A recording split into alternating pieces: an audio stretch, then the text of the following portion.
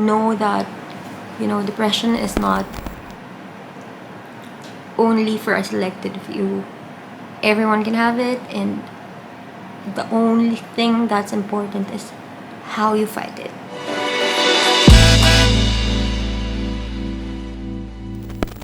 Hi guys, welcome back to my channel. I know that it's a very unusual for everyone to see me like this without anything, just wearing my house clothes, my loungewear, and just here in the living room area to just talk about stuff that I don't feel comfortable taping and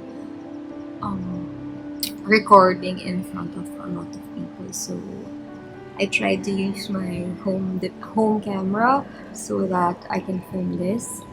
I want to share you what I really promised before, an up close and personal side of me. Me as Aimee, not LoveLuxe, but me, who I am, where I came from, my roots, and the things that I believe in and what I am fighting for.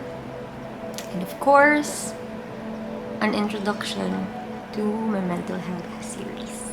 Before anything else, I know or most of the people know me already as LoveLuxe, the woman behind that, the woman behind the shopping, if I may say so.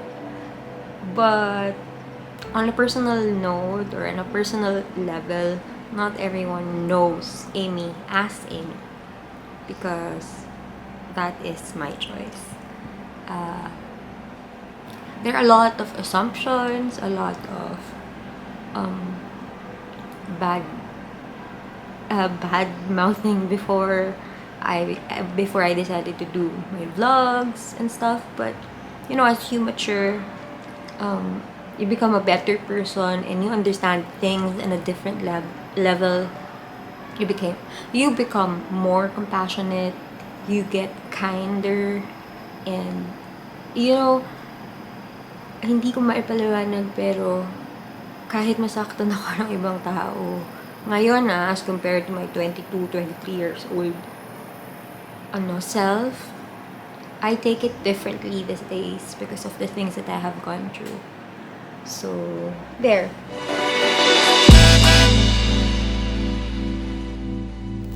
I compiled all the questions that you've been dropping in on IG, my personal, and LoveLuxe as well.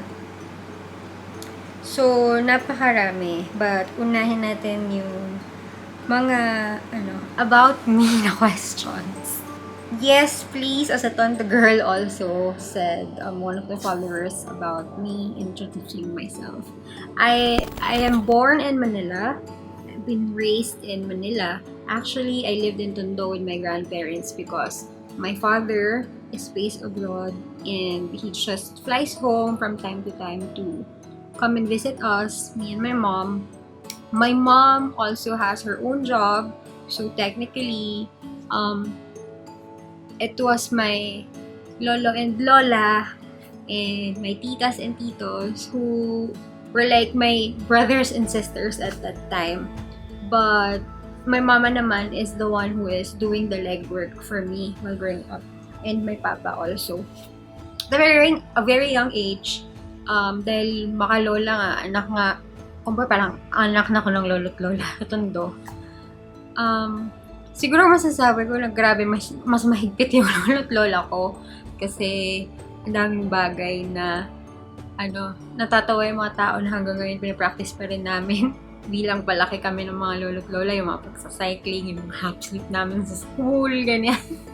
Yung pagsakay ng sidecar. Yes, indeed, I've had very humble beginning. I wasn't born with a silver spoon in the mouth, but I was lucky enough to belong to a family, especially my grandparents, who raised me up very well, and my parents and my uncles and aunties who helped me to finish school and wala akong masabi kundi pasasalamat sa kanila and na matutong rumespeto sa ibang tao.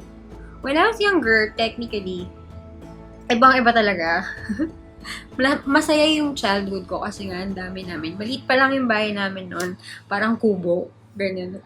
I swear that's true.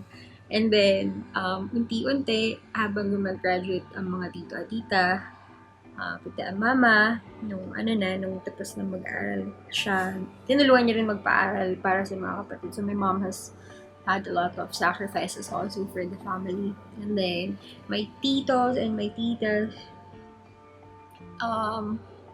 actually are very successful engineers.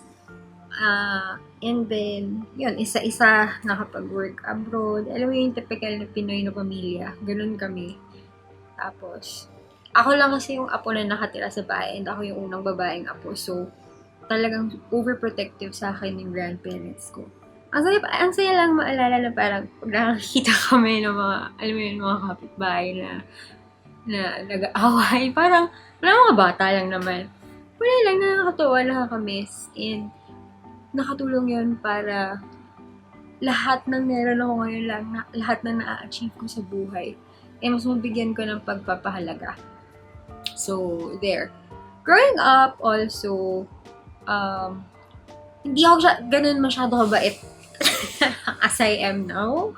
Maybe because, it comes with maturity. When I was younger, parang lagi kang fight mode, lagi kang attack mode, ganyan. Sa ang daming bashers. So, I think I've already said the things na, what do you call this? The things or the info about myself being a nurse and stuff. I think what I haven't said or shared lang with others about my studies is that consistently, yes, I've been an honor student. And then I skipped a grade. I got accelerated and graduated with honors also. So in high school, I got a lot of awards for speech, especially that the whole Philippines, it was a competition of extemporaneous speech. So if mapapansin nyo na kahit baguhang vlogger lang ako, sanay ako na nagsasalita kasi parang I'm comfortable talking with people in front of me that I do not know. Ganun. So, ayun, yun yung mga ko. And then, college nga, nag-nurse, nakapasa. Pero hindi talaga yun yung tadhana ko. Nurse ko naman yung mga sakit ng tao sa pag-shopping. Diba? Ayun. Anyway, balik tayo sa mga tanong because here, dito tayo sa tanong na meron daw ba akong lahi? Oo, yung lahi ko parang half tao, half chareng. No, it's my mix is British Indian Filipino because my father is British Indian. Thus the color, and that's the reason why my eyes are very deep and dark. Parang hindi na kaya ng treatment yung eyes ko because it's in the genes, and I think it's very apparent also in my kids, especially their eyes and the lips. They all got it from me. Parang pag pinakita ko yung baby picture ko, isa lang yung itsura namin lahat. Ayan. Okay, moving forward. Let's begin touching a little about mental illness and my mental health. 2018 was the year when I was clinically diagnosed with moderate depression and anxiety disorder. At that time of being diagnosed, I wasn't surprised of the diagnosis, and I was actually thinking that, buti moderate lang, because I felt that it was actually severe. Because there were times that I didn't want to wake up anymore. And it manifested physically on my body because every waking day, my palpitations were so strong that the beating are so hard na parang lalabas na sa dibdib ko, yung puso ko. No joke. Parang gising na ako ng 9:30. Nagsisimula na ako magtrabaho ng 9:30. Pero bumabangon ako lunch na unless meron akong meeting sa umaga. Kasi hindi natatapos yung palpitations ko. Nag-manifest na rin siya in a way na nagma-migraine ako palagi. And there were a lot of times na black na lang yung nakikita ko. So, I was very, very scared. And it was hard for me to admit at first. But, syempre, nasa medical profession tayo. I know that there's something wrong. I have a very high level of self-awareness. It wasn't easy for me to accept that I needed help because there is a stigma, and we know that. Pag pumunta ka sa site dito sa Pilipinas, meron kagad siyang negative connotation saying that, ay, nasisira ko yung ulo kaya nagpapatingin, ganito, ganyan. And I am doing this so that we can stop that. And that people who need help will finally get the help that they need. If we can only erase that stigma that comes with going to the doctor because of it. So, there. The first step actually, and the hardest part, this was one of the questions also, is how will you know when you need to get help? You'll know because the manifestations are so much. There's a difference kasi there's also a question about how will you know if it's just stress or it's already depression. Yeah, there's a question. Stress kasi actually, or sadness, if I may say, is totally different from being depressed because when you are sad, you know the reason why you are sad. You got sad because nag-aaway kayo ng kaibigan mo, ng boyfriend mo. You get sad because you are mourning for a loss. You get sad because of a myriad of things that is happening. There's a stimulus to put it. But in depression, pagising mo pa lang sa umaga, para ka nang walang gana. The sadness doesn't go away. And even if there's a lot of people in front of you, you have to continue on, putting a mask and show them that you are okay. But deep inside, you are not okay. Because yes, I was also very, very afraid to tell people that I am undergoing through something because it might affect my job, especially my clients thinking na, ay, baka stressed or baka ganito, ganyan. No, actually, I diverted my anxiety attacks to working. When I'm working, I'm highly functioning depressed person at the time. And there, when I spoke to my friend about it, a very, very close friend, sinabi niya sa akin na magpatingin ako. And wag ko nang i-delay kasi meron akong mga thoughts na hindi maganda about myself. Yes, I have survived suicide various of times, but I don't want to go into detail because we do not promote that. I just want to say that I have survived so much in that span of time and I have matured after going through all of that. Anxiety, actually, my anxiety is a disorder already. Hindi siya anxiety caused lagi ng stimulus or ng stimuli, ng various stimuli.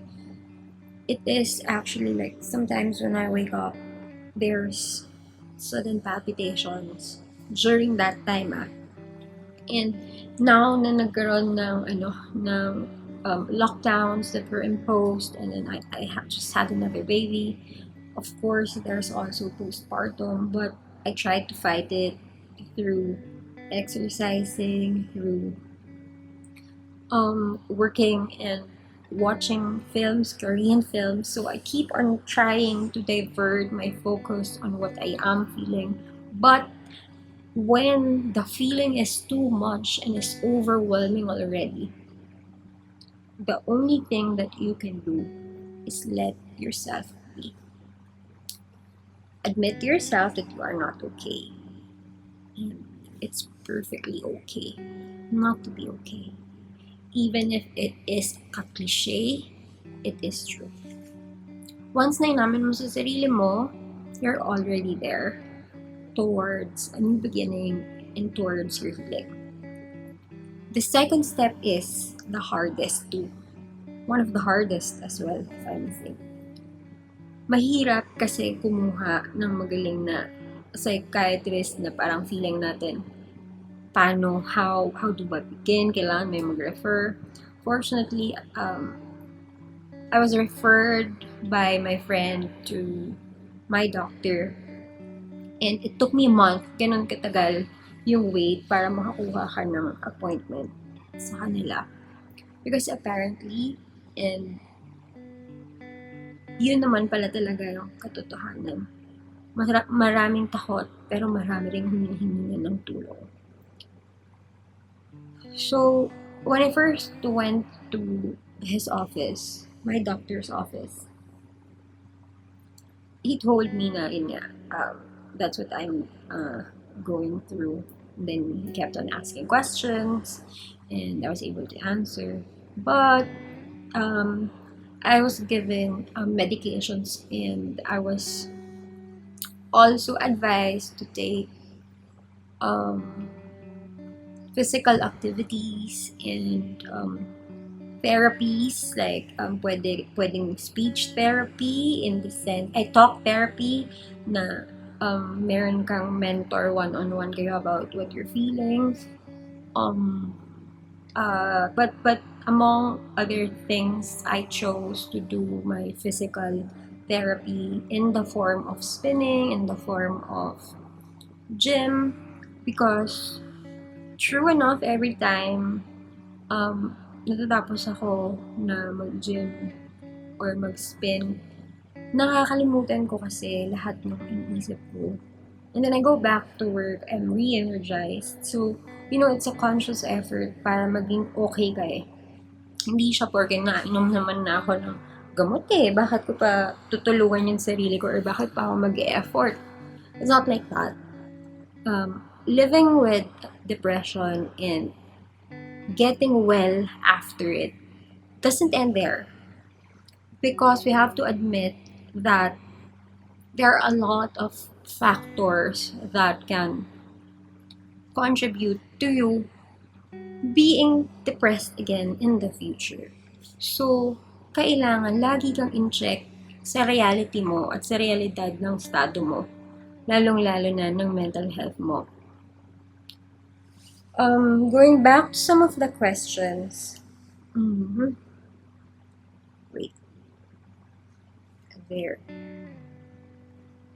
The importance of self-care and how to call help without telling anyone you need help because you are scared. Please, number one, yun nga yung sinasabi ko, do not be scared to ask for help. There is an SOS line that you can call, and they will just listen. They don't know you. They're advocates rather. Talk to someone now, Lifeline. You can Google their number.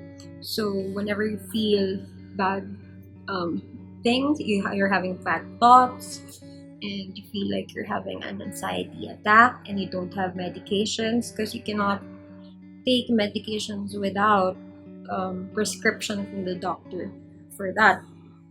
So, kailangan talaga, napaka-importante talaga na magpatingin tayo and magpa-assess tayo. Someone asked if it's okay to self-diagnose through the mga exams online. No, it's highly discouraged by the doctors, because ang assess lang talaga sa'yo, especially your characteristics and your traits, the way your body language while we're having an interview, etc., is your psychiatrist, your doctor. And he or she will be able to tell by the way that you speak, the way that you carry yourself, and everything else as in totality, ang pag-oobserba at pagbibigay nila um tawag dito, ng diagnosis para sa'yo. Ganun. How can you tell them you're having an episode if they don't understand? Most of the people, I've experienced it. I was having an anxiety attack. It was so bad. And I was crying and hindi naniwala sa akin yung tao na sinabihan ko. So, I was so helpless. I think the best that we can do when something like that happens is my doctor shared this to me. You need to have you need to be doing deep breathing exercises, and I tell you, I promise you, it really helps. Parang you count up to 10 to inhale, and then another 10 exhaling, and then do it in a cycle. If one cycle is not enough, then do it hanggang tatlo. Kung after tatlo medyo kakalma ka na, then that's good. You have to there's the five senses. You need to have to check your reality in the five senses, if I remember it right, when the doctor told me. um, Smell something, whatever it is, wherever you are during that time of anxiety attack. Smell something deep, deep by deep breathing. Smell through your nose, and then just taste something, kahit yung ano lang, kahit yung sariling tongue mo lang, ganon. And then feel something. Just stop yourself like that.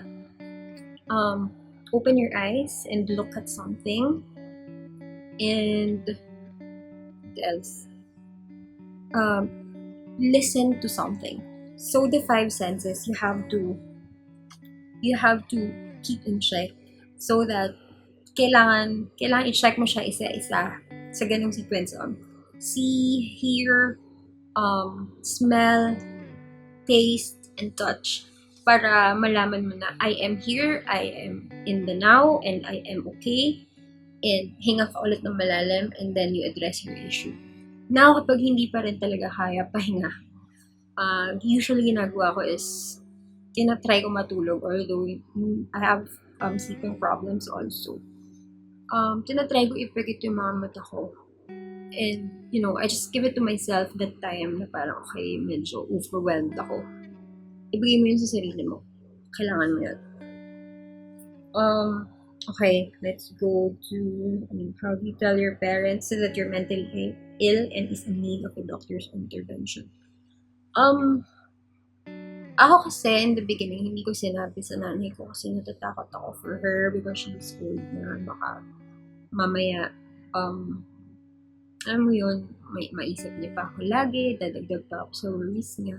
But, hindi kasi lahat ng tao, kagaya ko na parang, yung personality ko kasi is ganun eh. Na parang, kaya ko i-handle mostly mag-isa. And, ayun.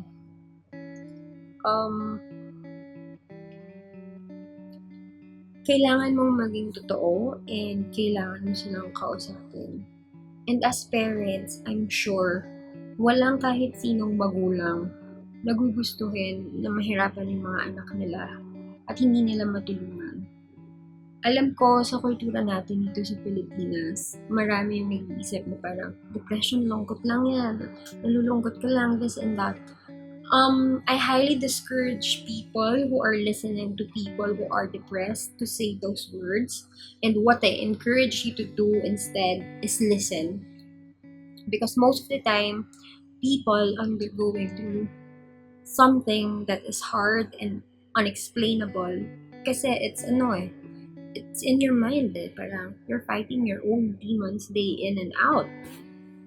It's just listen and be there and ask if would you need help, or may I hug you? May, is there anything I can do so to comfort you? That's all. No unsolicited advices, because unsolicited advices are usually taken the wrong way by a person that is depressed. Um, Trust me when I say that, because this is based on experience. It might be somehow different to others who are experiencing it, but most of the people that I have encountered through my talks actually are saying and are telling me that yes, ma'am, that's correct. I really don't need someone to tell me something, but instead I just need someone to listen and understand. Before anything, I'd like to address this question. How do you deal with your haters or bashers or people who are trying to bring you down? When I was younger, when I was in my 20s, I was really immature and medyo patola talaga ako. I used to cry a lot because I'm not used to this kind of environment before. I was just you know, a regular dalaga na naghahanap buhay at gusto lang makatulong sa family. And then, bigla kang gagawa ng mga issue, gagawan ka ng bashing. It actually came to a point na my family, that's why it took me so long for me to reintroduce my family, especially my kids and my mom and my partner, because there was a time that the bashing was so bad that my mom, our house in Tondo, and my son, lahat pinakita yung mga pictures, and they called me like a Tondo girl. And so what? Yeah, I've never denied that they came from Tondo. So it actually helped me a lot dealing with it now after having gone through depression, because I try to understand people in a different level. Maybe they're also having their bad day or something. But as a parent, ito lang masasabi ko, not my kids, because we all become feisty when it comes to our kids. Talagang, pag mga anak mo na at pamilya na talaga ang usapan, naging ano ka, naging tigre ka talaga. So, there. Competitors, no, I don't think I am a competition to anyone, because my only competitor is myself. This is very, very true, and my clients who really knows me know this, that I am happy that others have sales as well during a time when a lot of people are starving, when a lot of people are losing their jobs, cannot pay their bills, and I have done my part during the time. Even if I didn't have much, whatever it is that I can spare, I did so. Um, we did fundraising. Um, I've always been into that. So, talagang meron akong mga sinusuportahan privately. But someday, I wish I can share. Punta tayo sa Tondo, and yung yearly tradition ng pamimigay gawin natin so that we can see also. Medyo malaki-laking courage yung kakailanganin ko para ma-share yun sa inyo. Kasi, of course, may nanay passed away. So, medyo nakakaiyak sigurong bumalik, diba? Ayun. Ayun nga, as I was saying,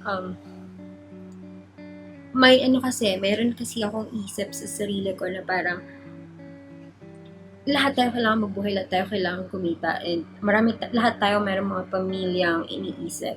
So, hindi ito dapat competition against each other, because there are a lot of people who will buy. You will get your own suki, you will get your own friends, and there are people who will support you talaga.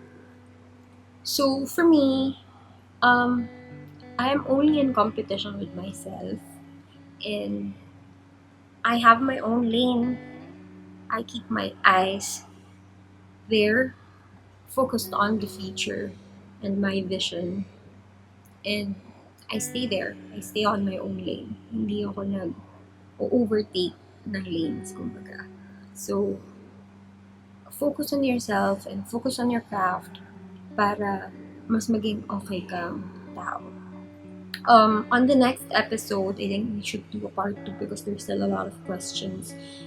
This is just a starter or um, the beginning of my mental health series. Medyo marami tayong magagawa because bahay lang ako, wala ang buong production team kasi nga medyo nag-iingat tayo with the surge. So, I think that's about it for now. And then I'm going to answer the next few questions sa susunod nating episode. And as always, thank you very much. Don't forget to like, subscribe, and click the bell button. And of course, you have to share and comment down below. Please, especially on this episode, try to be kind because we never know what the others watching this episode are going through. And me also. Sometimes, nagre-react ako, joke ko na lang yung mga comments sa akin. Lalo na pag physically, okay lang. But sometimes you have to put people in their place also, especially when it hurts you so bad because they've been judging you in a way that, they don't even know you at all. So there, I'll see you on the next episode. This has been Aimee. Bye!